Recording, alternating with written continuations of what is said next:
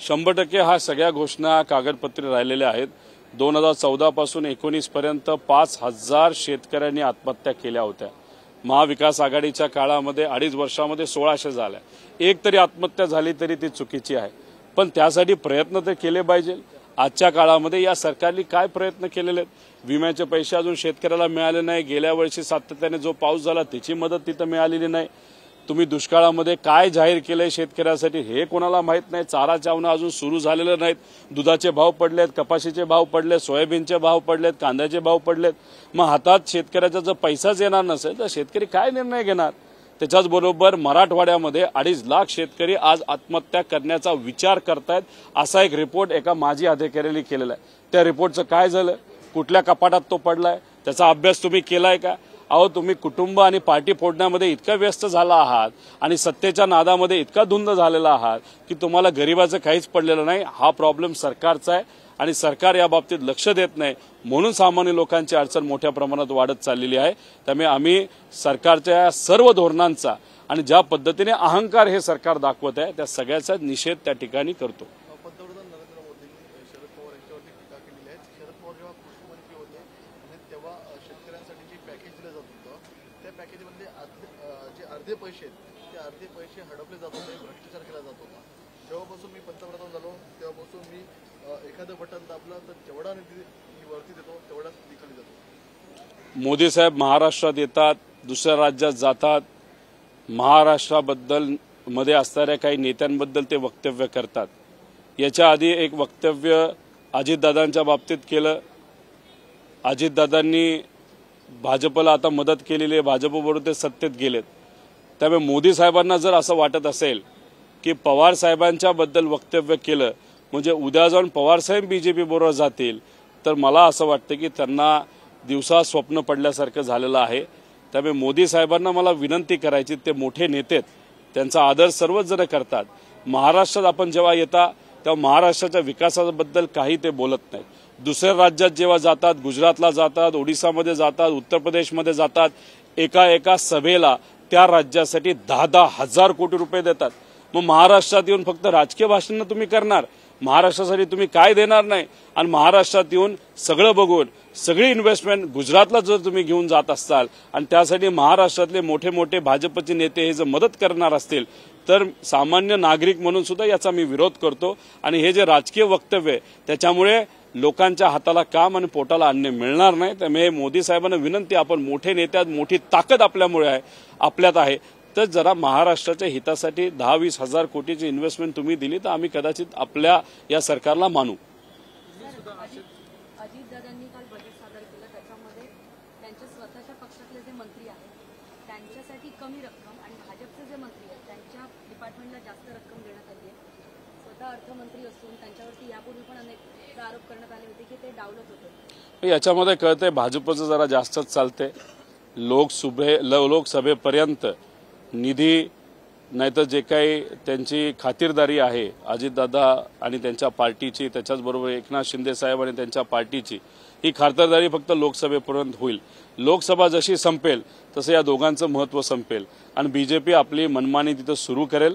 त्यामुळे लोकसभेला तिकिटाच्या बाबतीत सुद्धा अशाच पद्धतीने जसा निधी दिला, कमी दिला, तसंच तिकीटं सुद्धा कमी दिले जातील आणि एकदा लोकसभा संपली तर विधानसभेला विश्वासात घेतलं जाईल का नाही हाही प्रश्न नाही। तर सगळ्यांनाच भाजपच्या चिन्हावर लढण्यासाठी भाजप या दोन्ही पार्टीला सांगेल असं वाटतं। सेंट्रल विस्टाच्या पार्श्वभूमीवर राज्यात महाविस्ट उभारण्याचं सुद्धा अजितदादा म्हणतात, किती फायद्याचं राहील? अहो, काय जरूरत आहे ह्याची? तुम्हाला काय शोपीस निर्माण करायचे आहेत का? आज शेतकऱ्यांना अडचणीत, युवांना अडचणीत, हॉस्टेल नाही आहेत। आज लोकल बघितली तर त्या लोकलमध्ये सुविधा नाही आहेत, बसेस बघितलं तर त्या बंद पडतायत दर 2 किलोमीटर झाल्यानंतर।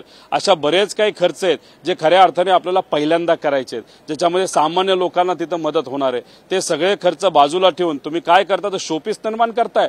ह्याच्या आधी तुम्ही 2014 नंतर 16 का 17ला मोदी साहेब इथं आले होते, ते समुद्रात गेले होते, भूमिपूजन केलं होतं छत्रपती शिवाजी महाराज, त्या स्मारकाचं काय झालं? तुम्ही विस्ता करण्यापेक्षा ते स्मारक तुम्ही ज्याला शब्द दिलाय, मोदी साहेबांनी भूमिपूजन केलं, ते स्मारक आधी पूर्ण करा. त्यामुळे येतात, बोलतात, करतात. बाबा हे शोपीसेस नको, खऱ्या अर्थाने गरिबाला ज्याच्यात मदत होणार आहे, प्यायचं पाणी, शेतीचं पाणी, मराठवाडा, विदर्भ आणि तसंच पश्चिम महाराष्ट्रातला काही भाग आहे जिथं प्यायला आणि शेतीला पाणी नाही, त्या भागाला पाणी आणण्यासाठी खर्च करा. पैसा आधी तुमच्याकडे मर्यादित 8 लाख कोटीच्या पुढे तुम्ही लोन महाराष्ट्राचं घेऊन गेलेला आहात. आता 1 लाख कोटी रुपयाची तूट आहे आणि त्यात तुम्ही 7,000 कोटी शोपीससाठी वापरणार आहात. आता केंद्र सरकारने चूक केली 25,000 कोटीची, मग परत एकदा महाराष्ट्राला ती चूक परत कशाला करायची? तर या बाबतीत सकारात्मक विचार करावा. त्याच्याच बरोबर ह्याच्यात मंत्र्यांचे बंगले सुद्धा नीट करण्यासाठी करोडो रुपये हा खर्च केला जाणार आहे. आताचे बंगले काय वाईट आहेत का? पावसात काही गळत नाहीत, तिथं एसी आहे, स्विमिंग पूल काही लोकांमध्ये आहेत नाहीत, ते सुद्धा आपल्याला बघावं लागेल. चांगली परिस्थिती, वाईट परिस्थिती नाही. गरिबाला घरकुल तिथं मिळत नाही, त्याच्याबद्दल थोडंसं काम करा. त्यामुळे बंगले बिंगले ह्याच्यात पैसे खर्च करण्यापेक्षा गरिबाला मदत होईल अशा गोष्टीवर खर्च करणं हे जास्त योग्य ठरू शकतं. पंतप्रधान नरेंद्र मोदी हे यवतमाळच्या दौऱ्यामध्ये होते, त्यावेळेस त्यांनी थेट शरद पवारांवरती हल्लाबोल केला. ज्यावेळेस शरद पवार हे देशाचे कृषी मंत्री होते, त्यावेळेस त्यांनी फसवं कर्जमाफी जे आहे ते केलेलं होतं, असं एक विधान त्यांनी केलेलं आहे आणि शरद पवारांनी वेळोवेळी शेतकऱ्यांना फसवलं असं म्हणतात. भाजपची प्रथा कशी आहे, खोटं बोल पण रेटून बोल. काही महिन्यांपूर्वी मोदी साहेब महाराष्ट्रामध्ये आले होते आणि घराणेशाहीबद्दल इतकं बोलले आणि ते विसरून गेले की एका बाजूला अजित पवार बसलेले आहेत, एका बाजूला देवेंद्र फडणवीस साहेब बसलेले आहेत, एका बाजूला एकनाथ शिंदे साहेब ज्यांचा मुलगा आता खासदार आहे. त्यामुळे घराणेशाहीबद्दल बोलताना तुम्ही आसपास तर थोडंसं बघितलं असतं तर काय हरकत झाली असती. इथं येऊन आणि खास करून महाराष्ट्रात येऊन आणि पवार साहेबांवर जर नाही बोललं तर मग कसं चालेल? आणि आज महाराष्ट्रामध्ये कोण लढतंय? पवार साहेब लढतात, उद्धव ठाकरे साहेब लढतात, काँग्रेसचे काही नेते तिथे लढत आहेत. त्यामुळे साहेबांवर बोलल्याशिवाय होणार नाही. आणि त्याच्याच बरोबर आपण जर बघितलं तर काही महिन्यांपूर्वी अप्रत्यक्षपणे दादांच्या विरोधात हे मोदी साहेब बोलले होते आणि थोड्याच दिवसामध्ये, कदाचित 2 दिवसामध्येच दादा बीजेपी बरोबर गेलेत. तर मोदी साहेबांना जर वाटत असेल साहेबांच्या विरोधात बोललं तर साहेब 2 दिवसात त्यांच्याबरोबर जातील, तर मला असं वाटतं की हे त्यांचं स्वप्न आहे असं बोलावं लागेल. त्याच्याचबरोबर व्हाईट पेपर एकदा तुम्ही पार्लमेंटमध्ये मांडला की दुसऱ्या दिवशी एक मोठा नेता बीजेपीत जातो, त्यामुळे इतर नेते येतील असं मला काही वाटत नाही. त्यामुळे मोदी साहेब बोलत असताना कदाचित राजकीय भाषण त्यांनी केलं असावं. पण महाराष्ट्रात एकदा आल्यानंतर ज्या पद्धतीने तुम्ही उत्तर प्रदेशला एका सभेला 10,000 कोटी इन्व्हेस्टमेंट म्हणून त्या राज्यामध्ये देता, गुजरातला 10,000 कोटी इन्व्हेस्टमेंट देता, महाराष्ट्रात येऊन महाराष्ट्राला काय मिळालं मोदी साहेबांच्या भाषणातून? तर फक्त राजकीय भाषण. अरे 10,000 कोटी, 20,000 कोटी, इथं असणाऱ्या युवांना हाताला काम, शेतकऱ्याला मदत, असं जर त्यांनी काय दिलं असतं तर कदाचित आम्ही मानलं असतं. पण राजकीय टिप्पणीला आम्ही त्याच्यावर उत्तर दिलं पाहिजे असं आम्हाला वाटत नाही. प्रतिस्पर्धी असलेले राम शिंदे यांनी थोड्या वेळापूर्वीच त्यांनी दक्षिण अहमदनगर जे लोकसभा मतदारसंघ आहे ती निवडणूक लढण्याची जी आहे ती त्यांनी इच्छा जी आहे ती व्यक्त केली आहे. सध्या तो मतदारसंघ भाजपकडेच आहे. विद्यमान खासदार सुजय विखे पाटील आहेत. त्यांनी दुसरीकडे असा प्रश्न उपस्थित केला की पक्षामध्ये एका घरामध्ये दोन पदं जी आहेत ती दिली जात नाहीये, त्यामुळे मी देखील ही जागा लढवण्यासाठी इच्छुक आहे असं त्यांचं मत त्यांनी दिलं. अरे वा, चांगली गोष्ट आहे. मग विखे पाटील साहेब आणि राम शिंदे साहेब हे एकत्रित बसावेत आणि त्यांचा तो निर्णय घ्यावा आणि मग जो काही निर्णय घेतला जाईल त्याच्यावर आपण बोलूया.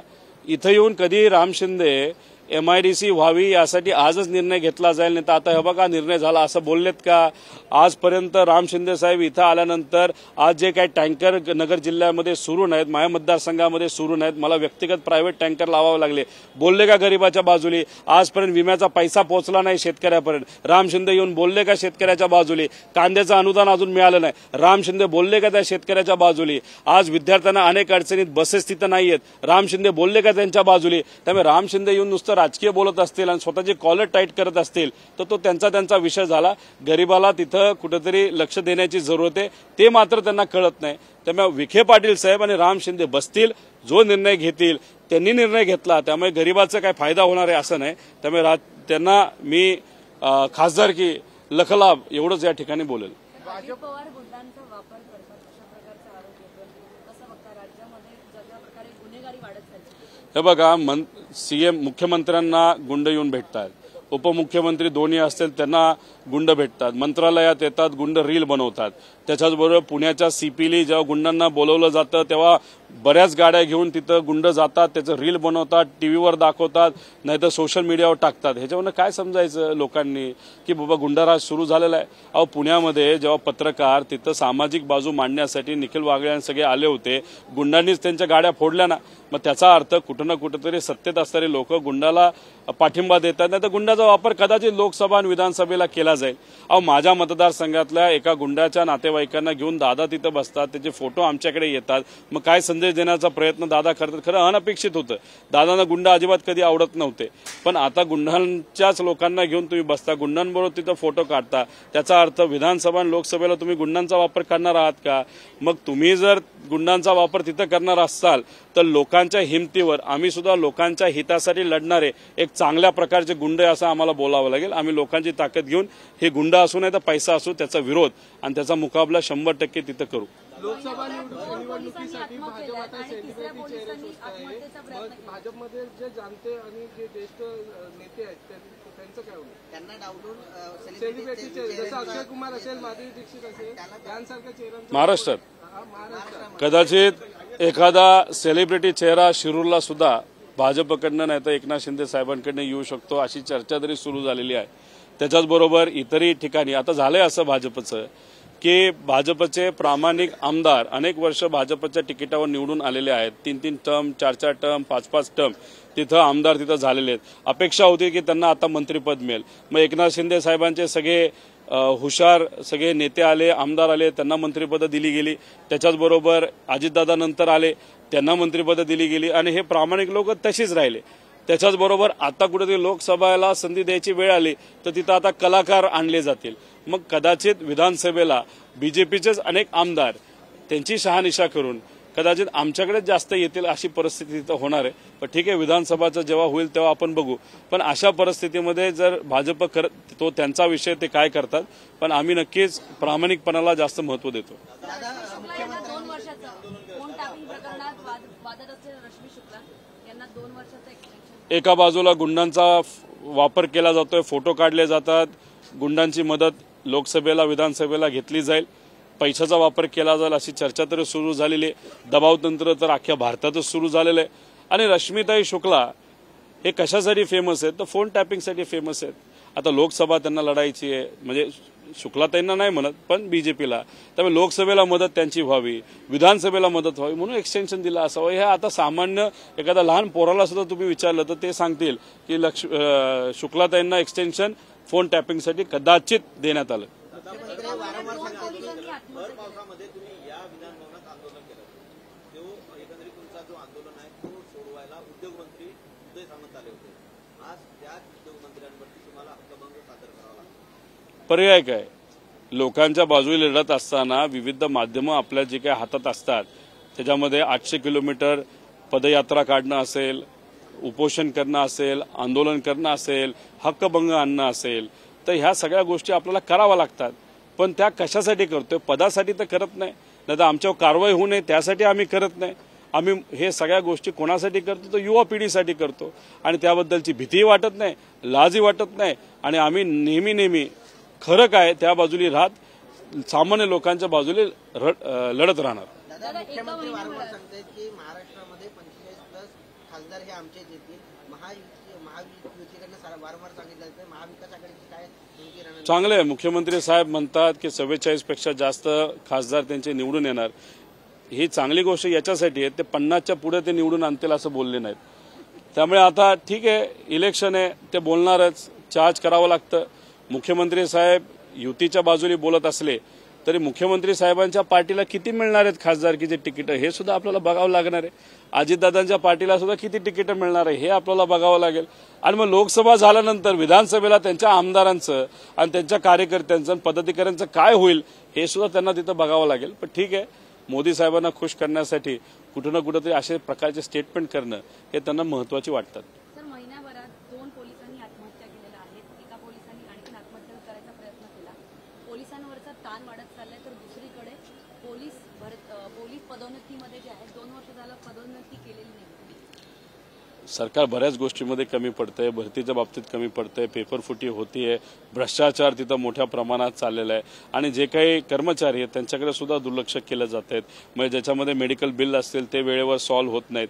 तर ह्या सगळ्या गोष्टींकडे सरकार का दुर्लक्ष करतंय? कारण सरकारकडे वेळ नाही. सरकारला पार्टी फोडायची, सरकारला कुटुंब फोडायचे, सरकारला अनेक नेत्यांना पदं द्यायची आहेत, विविध मंडळांवर त्यांना बसवायचे. त्यामुळे ह्या सगळ्या गोष्टीकडे लक्ष देत असताना गरीब आणि जे अधिकारी जे कष्ट घेतात, सामान्य लोकांसाठी लढतात, त्याच्याकडे थोडंसं दुर्लक्ष होतं. ते दुर्दैव आहे, पण आम्ही या सर्व लोकांच्या बाजूने तिथं नेहमी आवाज उठवत राहू. राष्ट्रवादीचे आमदार आहेत दिलीप मोहिते पाटील.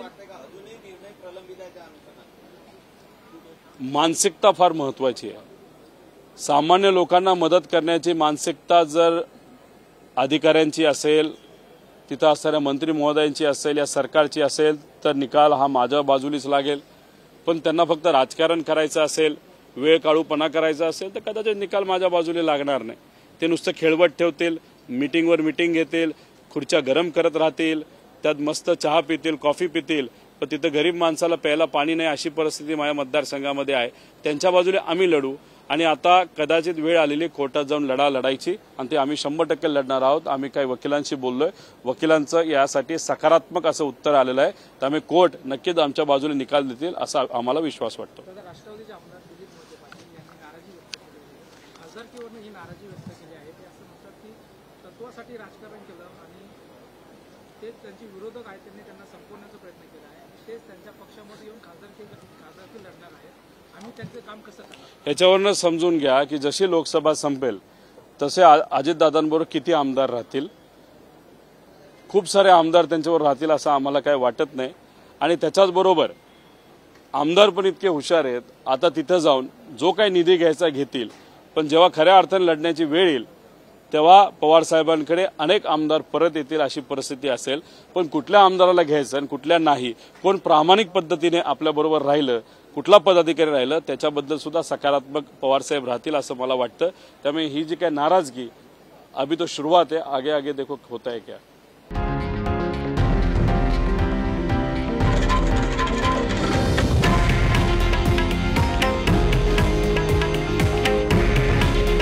हे आहे देशातील नंबर 1 न्यूज नेटवर्क आणि आपण पाहत आहात TV9 मराठी. काळजी तुमची, हित महाराष्ट्राचं.